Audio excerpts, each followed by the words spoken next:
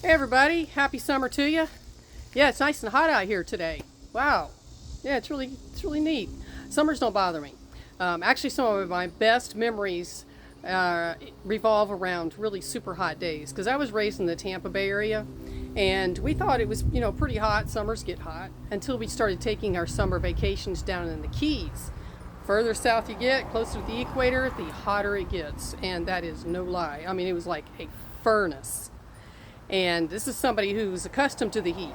But some these hot days are really some of the funnest days of my whole life because they always bring back such good memories.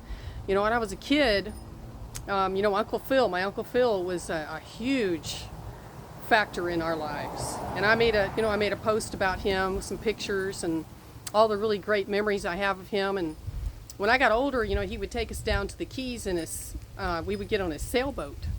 And we weren't allowed to go with him until we could pass his test. And he was a tough dude. I mean, he was a former Green Beret in the Vietnam War.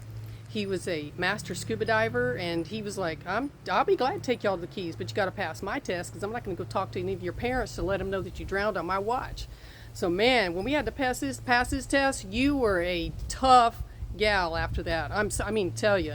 But that's some of the best training I've ever had, not just for diving or swimming or anything like that. I mean, those are good, but just good life lessons, the things he taught us. He was always so diligent. He never seemed to run out of patience. I don't know how he did it, but I talked to him as an adult. I'd go home because our favorite place when we go home and visit, I'm going to go see Uncle Phil and Aunt Marianne.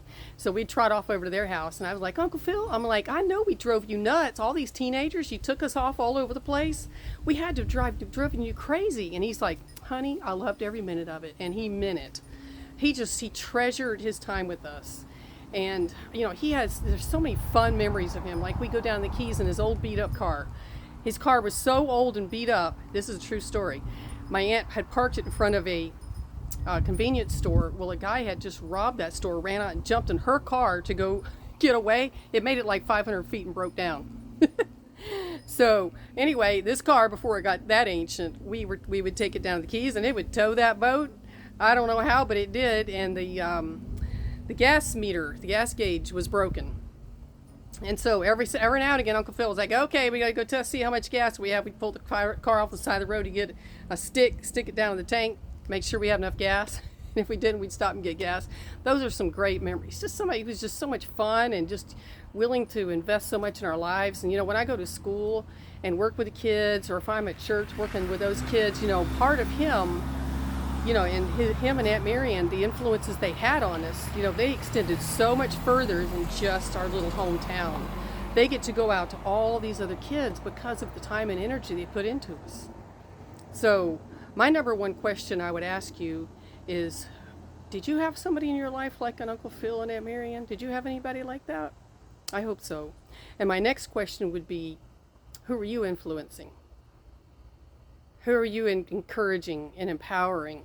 Because none of us live in a vacuum. Our lives impact so many other people. So I just, I try and think about that. All the positive influences these really awesome people had in my life when I was a kid that helped to shape me into the kind of adult that I've become.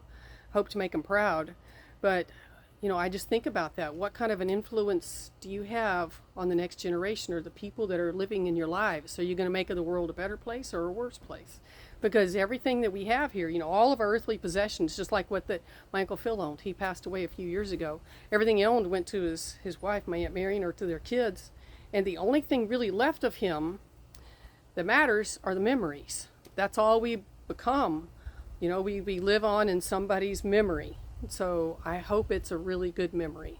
So anyway, those are my thoughts for today.